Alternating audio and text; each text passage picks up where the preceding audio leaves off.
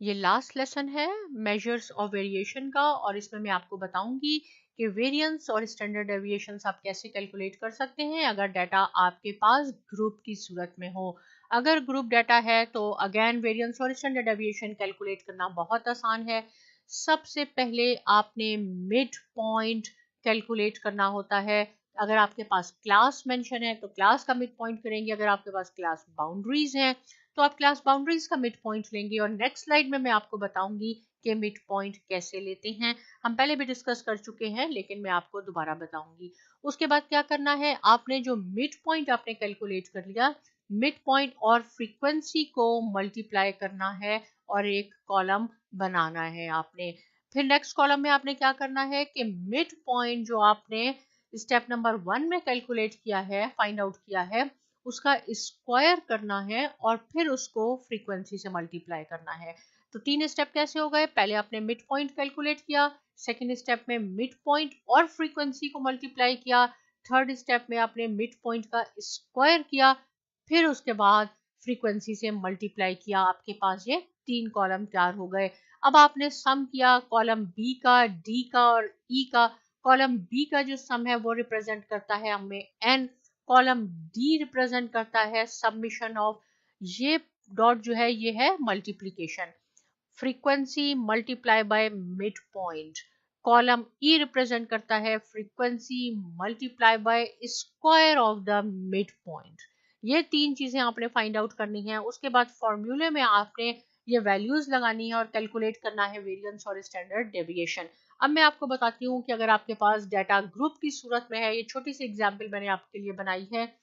यहाँ पे क्लास नहीं है, क्लास बाउंड्रीज हैं, लेकिन अगर आपसे कोई कहे कि इसकी क्लास क्या होगी तो आपने कहना है इसकी क्लास है 4 to 8। कैसे पता चला 4 to 8?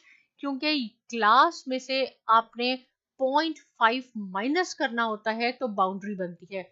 इसको हम कहते हैं लोअर क्लास, तो इसको हम कहते हैं लोअर बाउंड्री। ये है अपर क्लास लिमिट, ये है upper class boundary.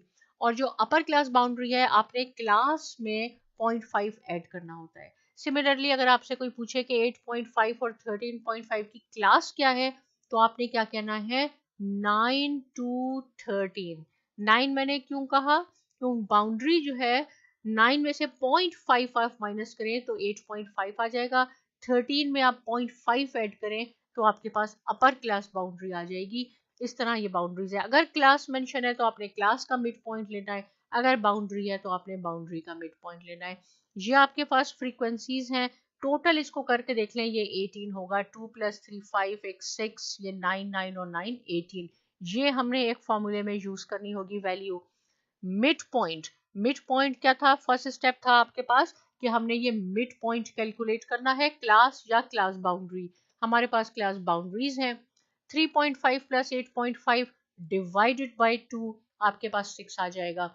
Similarly 8.5 + 13.5 divided by 2 आपके पास 11 आ जाएगा। इसी तरह आप इन दोनों को जमा करें, डिवाइडेड बाय 2 31 आ जाएगा। ये मिड पॉइंट हो गया। नेक्स्ट स्टेप क्या था, आपने मिड पॉइंट और फ्रीक्वेंसी को मल्टीप्लाई करना है। 2 6 टाइम 12 आ गया, 3 11 टाइम्स 33 हो गया।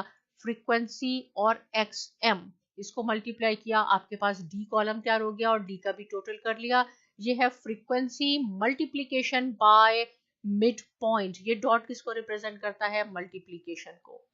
अब लास्ट कॉलम पे आ जाएं, यहाँ आपने मिड पॉइंट का स्क्वायर करना है। 6 time 6 square 6 time 36, 2 time 72, 11 2 time 11 time 121 multiply by 3 363 and so on. Mid point का स्क्वायर करें और फ्रीक्वेंसी से मल्टीप्लाई करें तो ई कॉलम आ जाएगा और इसका टोटल आपके पास आ गया 9238। ये वैल्यूज आपने अपने फॉर्मूले में यूज करनी है वेरिएंस और स्टैंडर्ड डेविएशन के लिए। वेरिएंस के लिए है एस स्क्वायर, एस स्क्वायर इसलिए है क्योंकि ये आपके पास सैंपल का वेरिएंस है। अगर हम पॉपुलेशन का वेरिएंस कैलकुलेट करते हैं तो हम सिग्मा स्क्वायर लिखते हैं। इसी तरह अगर हमने पॉपुलेशन का यहाँ पे स्टैंडर्ड डेविएशन लिखना होगा तो हम सिग्मा लिखेंगे। ये सैंपल की एग्जांपल है इसलिए एस स्क्वायर और एस लिखा है हमने।